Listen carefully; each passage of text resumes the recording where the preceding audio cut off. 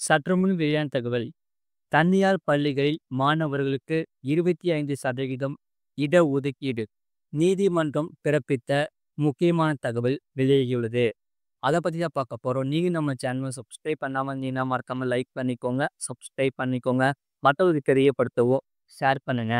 தமிழகத்தில் CBSE, ICSE பள்ளிகளில் ஏழை மாணவர்களுக்கு 25% இடஒதுக்கீடு வழங்கப்படாததை எதிர்த்து மதுரை உயர் நீதிமன்றத்தில் வழக்கு தொடரப்பட்டுள்ளது. இந்த மனுவை விசாரித்த நீதிபதிகள் பள்ளி கல்வித்துறை செயலர், இபிஎஸ்சி மண்டல அலுவலர் உள்ளிட்டோர் பதிலளிக்க உத்தரவிடப்பட்டுள்ளது.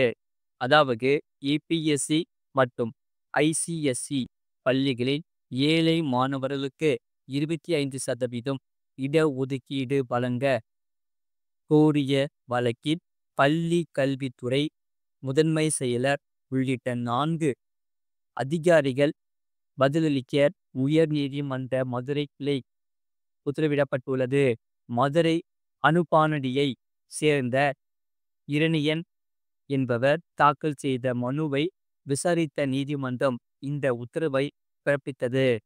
அதாவது ஏழை மாணவர்களுக்கான இடஒதுக்கீட்டை பள்ளிகள் முறையாக அமல்படுத்தவில்லை என்று மனுவில் குற்றம் சாட்டப்பட்டுள்ளது. அதேபோல ஏழை மாணவர்களின் கல்விக்காக கட்டண கல்வி உரிமை சட்டம் உருவாக்கப்பட்டது. இந்த சட்டம் 6 முதல் 14 வயது வரை உள்ள குழந்தைகள் கட்டாய கல்வி பெற வழி செய்கிறது. அதேபோல தனியார் பள்ளிகளில் 25% இடங்களை ஏழை மாணவர்களுக்கு ஒதுக்கிட வேண்டும் என்று இந்த திட்டம் குறிப்பிடத்தக்கது. இது சிபிஎஸ்இ மற்றும் ஐசிஐசி பள்ளிகளுக்கும் பொருந்தும். அதேபோல மனுதாரர் இரணியன் நீதிமன்றத்தில் ஒரு கருத்தை தெரிவித்தார். பெரும்பாலான சிபிஎஸ்இ பள்ளிகளில் ஏழை மாணவர்களுக்கான 25% இடஒதுக்கீடு ஒவ்வொரு ஆண்டும் வழங்குவதில்லை என்றார். மேலும் அந்த இடங்களுக்கான கட்டணத்தை அரசு சரியாக தருவதில்லை என பள்ளிகள் காரணம் சொல்கின்றன என்றும் கூறப்பட்டனர். இந்த இடஒதுக்கீடு வழங்காத பள்ளிகள் மீது நடவடிக்கை எடுக்க எந்த வழியும்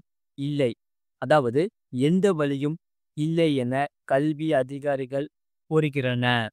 எனவே தமிழகத்தில் உள்ள அனைத்து சிபிஎஸ்இ மற்றும் ஐசிஎஸ்இ பள்ளிகளிலும் 25% இடஒதுக்கீட்டை முறையாக அமல்படுத்த உத்தரவிட வேண்டும் என்று மனுவில் கோரிக்கை வைக்கப்பட்டுள்ளது.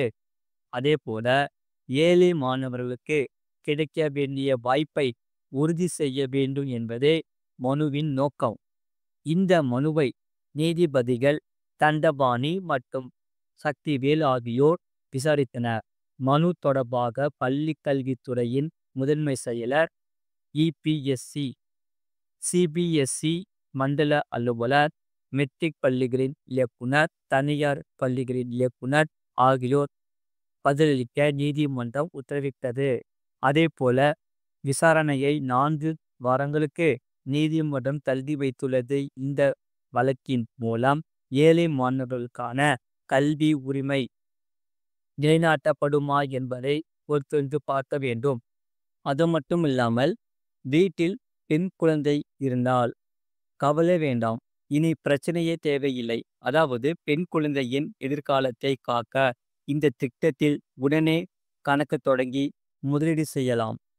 பலன்கள் எல்லாம் மிக பெரிதாக இருக்கும். அதாவது பெண் குழந்தைகளின் எதிர்காலத்தை பாதுகாப்புக்காக சுகன்யா சம்ருதி யோஜனா என்ற திட்டத்தை மத்திய அரசு செயல்படுத்தி வருகிறது. தமிழ்நாட்டில் இத்திட்டம் செல்வமகள் சேமிப்பு திட்டம் என்ற பெயரில் செயல்பட்டு வருகிறது. இது ஒரு சிறு சேமிப்பு திட்டமாகும். இதில் உங்கள் மொத்த முதலீட்டு தொகை முதிர்வு காலத்தில் 3 மடங்கு உத்தரவாதமாக வருமானம் கிடைக்கும். இந்த திட்டத்தில் நீங்கள் 15 ஆண்டுகளுக்கு மட்டுமே முதலீடு செய்ய வேண்டும். அதே நேரத்தில் அடுத்த 6 ஆண்டுகளுக்கு, அதாவது முதிர்வு வரை மொத்த வைப்பு தொகைக்கு வட்டி தொடர்ந்து கிடைக்கும். அதேபோல 15 ஆண்டுகளில் நீங்கள் எவ்வளவு முதலீடு செய்தாலும் திட்டம் முடிந்ததும் மடங்குக்கு மேல் கிடைக்கும். நீங்கள் 15 ஆண்டுகளில் ரூபாய் 5,00,000 டெபாசிட் செய்தால் முதிர்ச்சியடையும் போது ரூபாய் 15,00,000க்கும் அதிகமாக நிதி உருவாக்கப்படும். இந்த சேமிப்பு திட்டத்தில் நீங்கள் அதிகபட்சமாக ரூபாய் 70,000 ரூபாய் 70,00,000 டெபாசிட் செய்யலாம். அதேபோல இந்த திட்டம் 21 ஆண்டுகளில் முதிர்ச்சி அடைகிறது. இது உங்கள் மகளின் எதிர்காலத்தை பாதுகாக்க ஒரு சிறந்த வழியாக இருக்கிறது. அதேபோல சுகன்யா சம்ரிதி யோஜனா திட்டத்தில் தற்போது ஆண்டுக்கு 8.2% வட்டி கிடைக்கும். இந்த திட்டம் வரி இல்லாத திட்டமாகும். இதில் நீங்கள் 3 வெவ்வேறு நிலைகளில் வரி விலக்கு பெறுவீர்கள். அதேபோல வருமான வரி சட்டத்தின் பிரிவு 80C-யின் கீழ் ஆண்டுக்கு ரூபாய் 1.50 லட்சம் வரையிலான முதலீட்டுக்கு விலக்கு கிடைக்கும். இந்த திட்டத்திலிருந்து பெறப்பட்ட முழு வருமானத்திற்கு வரி இல்லை. முதிர்ச்சியின் போது பெறப்பட்ட முழு தொகையும் வரி விலக்கு அளிக்கப்படுகிறது. அதேபோல இது நல்ல வருமானத்தை தருவது மட்டுமல்லாமல் உங்களுக்கு வரியையும் மிச்சப்படுத்துகிறது. இந்த திட்டத்தின் கீழ் 10 வயதுக்குட்பட்ட மகனுக்கு தபால் நிலையத்தில் கணக்கை திறக்கலாம். இதற்கு மகளின் பிறப்பு சான்றிதழ் அவசியம். பெற்றோரின் அடையாள சான்றிதழ் மற்றும் முகவரி சான்று தேவைப்படும். இந்த திட்டத்தின் கீழ் 2 மகள்களுக்கு தனித்தனி கணக்குகளை திறக்கலாம். இரட்டை மகள்களின் விஷயத்தில் 2க்கும் மேற்பட்ட கணக்குகளையும் திறக்கலாம். சுகன்யா சம்ரிதி யோஜனா திட்டத்தில் ஒரு நிதியாண்டில் குறைந்தது ரூபாய் 250 டெபாசிட் செய்வது அவசியம். அதே நேரத்தில் ஒரு நிதியாண்டில் அதிகபட்சமாக ரூபாய் 1.50 லட்சம் முதலீடு செய்யலாம். உங்கள் மகளுக்கு 18 வயது ஆகும்போது திருமணத்துக்காக முதிர்ச்சி அடைவதற்கு முன்பு 50% தொகையை நீங்கள் எடுக்கலாம். இது தவிர கணக்குதாரரின் திடீர் மரணம், பாதுகாவலரின் மரணம், கணக்குதாரரின் கடுமையான நோய் அல்லது கணக்கை தொடர இயலாமை போன்ற சில சிறப்பு சூழ்நிலைகளிலும் கணக்கை தொடங்கிய 5 ஆண்டுகளுக்கு பிறகு பணத்தை திரும்ப பெறலாம். இது போன்ற செய்திகளை உடனுக்குடன் அறிந்து கொள்ள மறக்காம சேனலை சப்ஸ்கிரைப் செய்யுங்கள். மற்றவர்களுக்கு தெரியப்படுத்த ஷேர் செய்யுங்கள்.